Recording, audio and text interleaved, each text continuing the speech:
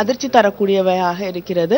நேற்று தளபதி அவர்கள் தெரிவித்திருக்கிறார்கள், இதெல்லாம் இந்த பிரச்சனை சீக்கிரம் முடிவுக்கு கொண்டு வரப்பட வேண்டும். இதுக்கு ஒரு ப்ரோப் ஹேஸ் டு ஹேப்பன் அப்படிங்கிறது தெளிவாக சொல்லியிருக்கிறார்கள்.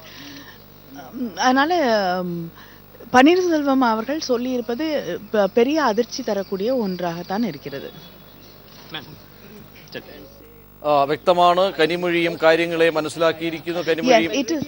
It is very shocking that the chief minister of a state has to come and say something like this. It's completely chaotic and there's so much of uncertainty clouding the government of Tamil Nadu today. The governor should intervene and settle this. But Sasikala blaming DMK for the whole...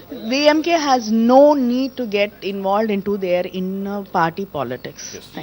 Yes, അതെ, തമിഴ്നാട്ടിലെ ഇപ്പോഴത്തെ ആഭ്യന്തര ADMKയുടെ ആഭ്യന്തര പ്രശ്നങ്ങളാണ്. അതിലേക്ക് ADMK ഇടപെടുന്നില്ല. അതേസമയം തമിഴ്നാട്ടിലൊരു അരക്ഷിതാവസ്ഥയുണ്ട്. അത് ഇല്ലാതാക്കാൻ ഗവർണർ കാര്യക്ഷമമായി തന്നെ ഇടപെടണമെന്നും DMKയുടെ MP കൂടിയായ കനിമൊഴി ആവശ്യപ്പെടുന്നു.